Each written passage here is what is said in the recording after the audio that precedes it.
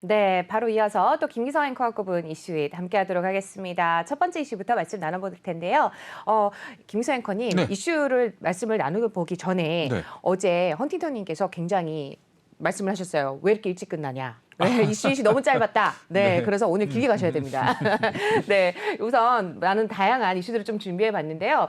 요즘에 알바 구하기가 그렇게 힘들대요. 또 특히 그 이유 중에 하나가 바로 택배 이런 것들 때문에 그렇다고 하더라고요. 예, 그렇습니다. 최근에 통계청이 일자리 통계를 하나 내놓은 게 있는데 그걸 보면은 가장 눈에 띄는 것 중에 하나가 뭔가 하면은 택배 기사가 엄청나게 많이 늘어났습니다. 1년 전에 비해 가지고 한 10% 이상 늘어난 걸로 이렇게 집계가 되고 있거든요. 근데 여기에 비해 가지고 오프라인의 임시직 일자리는 크게 줄어든 걸로 집계가 됐습니다. 그러니까 말하자면 음식 숙박업이라든지 주점업이라든지 아니면은 항공 운수업 뭐 이런 쪽에서도 임시직 일자리가 굉장히 많이 줄어든 걸로 이렇게 집계가 됐습니다. 특히 영화 산업 종사자 같은 경우에는 영화 산업 종사자 중에서도 굉장히 이렇게 말하자면 자기 기술이 있거나 전문 분야가 있지 않은 단순 노동직들이 많지 않습니까? 이 부분에서 30%가 넘게 줄어든 걸로 이렇게 나타났습니다. 그러니까 네. 이게 우리가 이걸 놓고 이렇게 생각을 해보면 뭔가 하면은 결과적으로 많은 임시직 그러니까 저숙련 노동자들이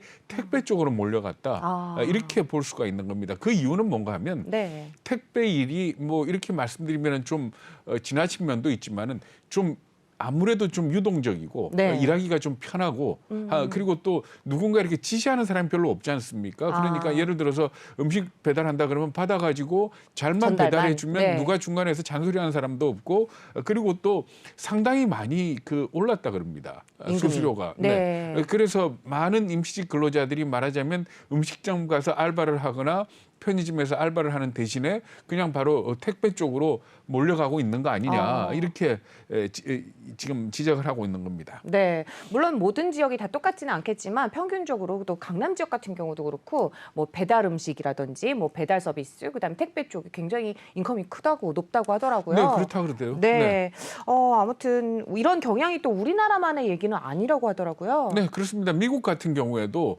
특히 이 음식점이나 이런 데서 일종의 아르바이트죠. 그러니까 말하자면 임시직 구하기가 굉장히 어려워졌다 이렇게 얘기를 하고 있습니다. 그게 이유가 뭔가 하면은 택배나 배달 기사와 같은 플랫폼에서 이 인력을 갖다가 블랙홀처럼 빨아들이고 있기 때문이다 이렇게 얘기를 하고 있는 겁니다. 그래서 사실 미국의 음식점 체인들 같은 경우에는 음식이 한참 몰리는 주문이 한참 몰리는 네. 그러니까 오프라인 매장에 손님이 많은 시간에는 아예 온라인 주문을 안 받는 그런 현상까지 나타나고 있다 네. 이렇게 얘기를 하고 있거든요. 근데 이게 문제가 뭔가 하면은 네. 결국 인력이 한쪽으로 쏠리게 되면 인력이 부족한 쪽에서는 임금을 올려줄 수밖에 없지 않습니까? 그렇죠. 그럼 이렇게 되면 이게 결국 어떤 인플레이의 동인이 되는 거고요. 그리고 또 그렇습니다. 한 가지는 사실 이렇게 저숙련 노동자라는 것 자체는 이런 분들은 숫자가 많아지면 을의 위치에 항상 서게 됩니다. 네. 그러니까 갑자기 임금이 떨어진다든지 수수료가 떨어진다든지 아니면은 좀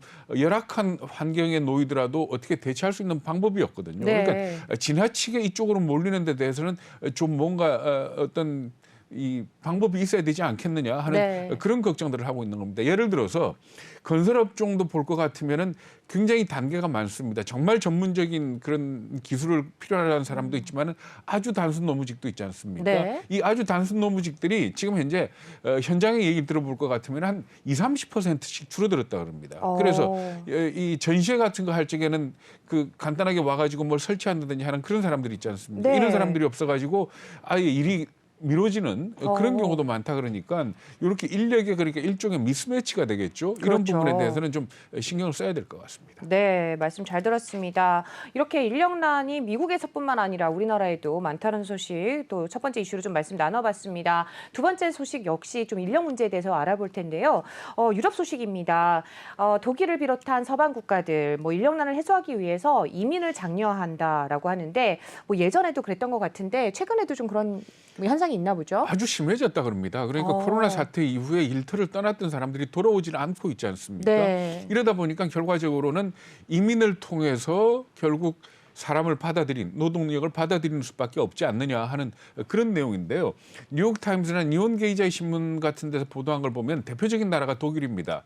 독일 같은 경우에는 도제식 직업 훈련이 정착되어 있는 그런 나라 아닙니까? 그러니까 마이스트라 그러죠. 그러니까 고등학교를 졸업하고 직장에 가서 일을 배우면서 직업을 갖는 그런 사람들이 많았는데 이게 코로나 이후에 이 도제 계약 건수가 굉장히 많이 줄어들었다 이렇게 얘기를 하면서 독일 통일 이후에 최저치 수준으로 떨어졌다 이렇게 얘기를 하고 있거든요. 그래서 독일 경제연구소가 분석한 걸 보면은 이 어느 정도 인력이 부족한가 하면은 이민자 기준으로 한 40만 명이 필요한 걸로 매년 이렇게 전망을 하고 있고 2030년에 가면은 320만 명이 부족할 거고 2036년쯤 되면은 한 520만 명이 부족할 거다 이렇게 얘기를 하고 있습니다. 그래서 독일이 이민 정책을 갖다가 대폭 완화했습니다. 그 내용을 볼 것 같으면은 어느 정도인가 하면은 일단 취업 비자의 처리 기간을 단축을 하고 그리고 또 6개월 동안 일단 독일을 방문을 해서 그러니까 아예 처음부터 취업 비자를 가지고 독일에 오는 게 아니고 일단 독일에 방문을 해서 6개월 동안 있으면서 일자리를 구하고 난 뒤에 취업 비자를 발급하는 그런 네. 식으로 지금 현재 바꾸고 있다 이렇게 얘기를 하고 있거든요.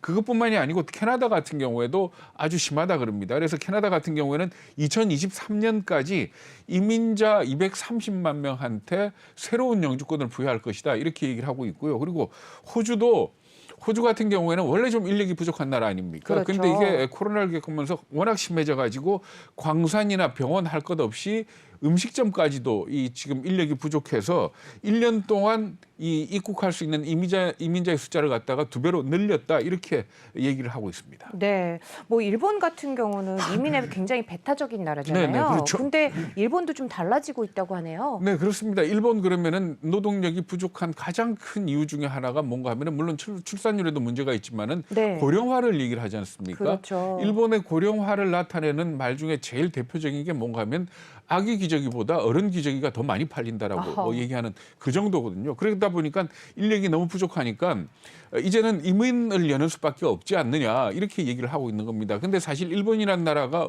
우리나라도 좀 그렇지만은 이민에 대해서 굉장히 배타적인 그런 나라였거든요. 근데 네. 이번에 지금 현재 검토하고 있는 법안을 보면은 농업이나 요양업 등 해가지고 14개 업종을 지정을 했습니다. 이 14개 업종에 대해서는 5년 취업 비자를 무제한 연장해 주는 것. 그러니까 결과적으로는 계속해서 일본에 살 수 있도록 이렇게 제공을 했다. 이렇게 보시면 될 것 같고요.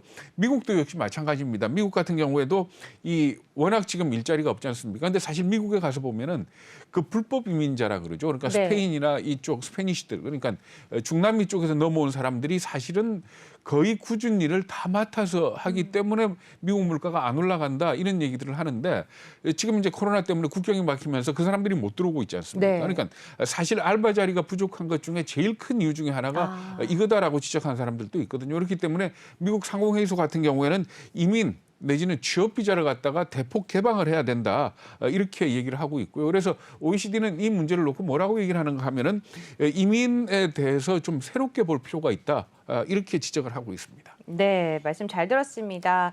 이어서 또 세 번째 이슈도 말씀 나눠보도록 하겠습니다.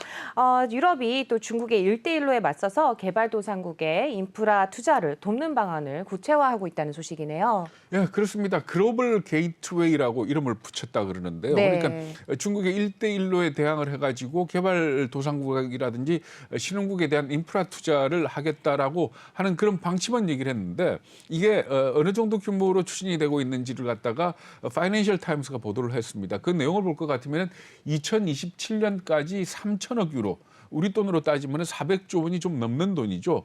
이런 자금을 갖다가 확보를 해서 돕겠다. 이 개발도상국들의 인프라 투자에다가 집중적으로 투자를 하겠다. 이렇게 밝히고 있는 겁니다. 네, 뭐 왜 1대1로에 맞서는 걸까요?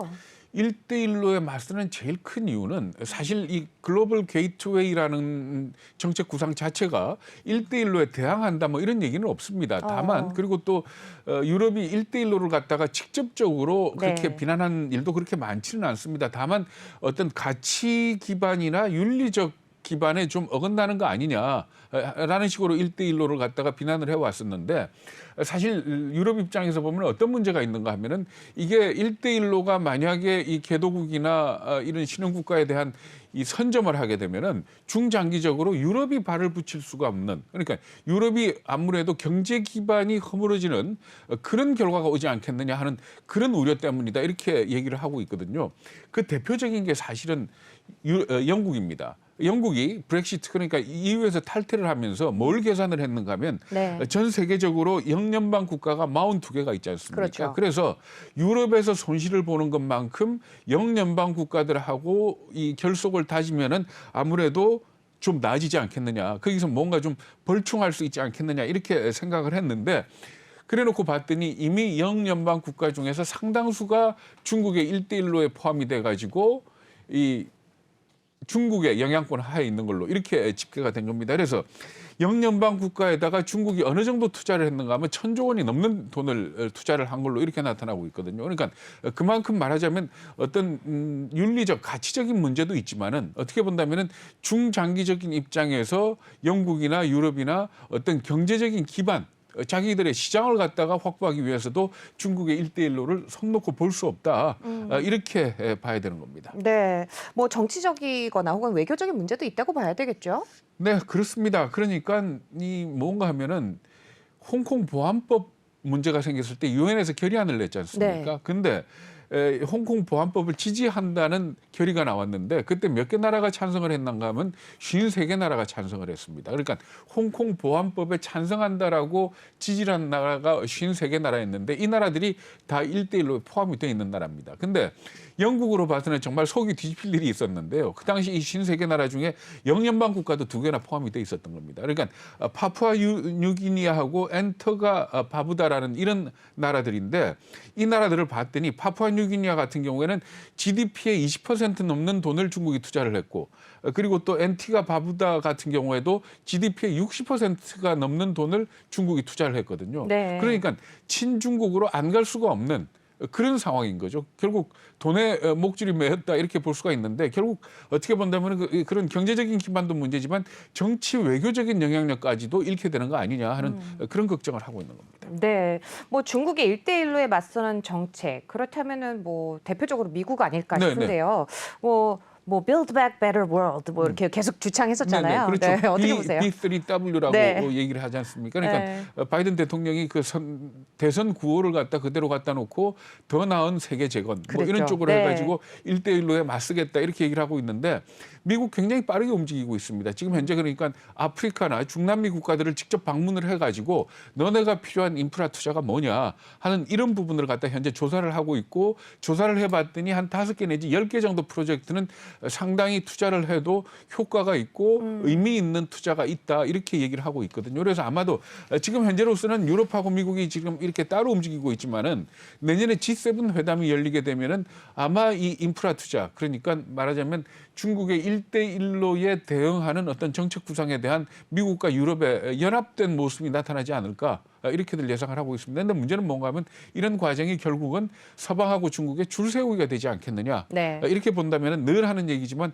우리나라는 어느 쪽에 줄을 서야 되느냐 하는 이 그렇죠. 문제는 남게 된다, 이렇게 봐야 될 겁니다. 안녕하세요. 내외경제TV의 장유진입니다. 저희 내외경제TV의 다양한 영상과 콘텐츠 잘 보고 계신가요? 더 많은 영상과 콘텐츠를 원하신다면 지금 왼쪽의 버튼으로 저희 채널을 구독해주세요. 저희 다시 보기 채널도 따로 있으니까요. 많은 관심 부탁드립니다.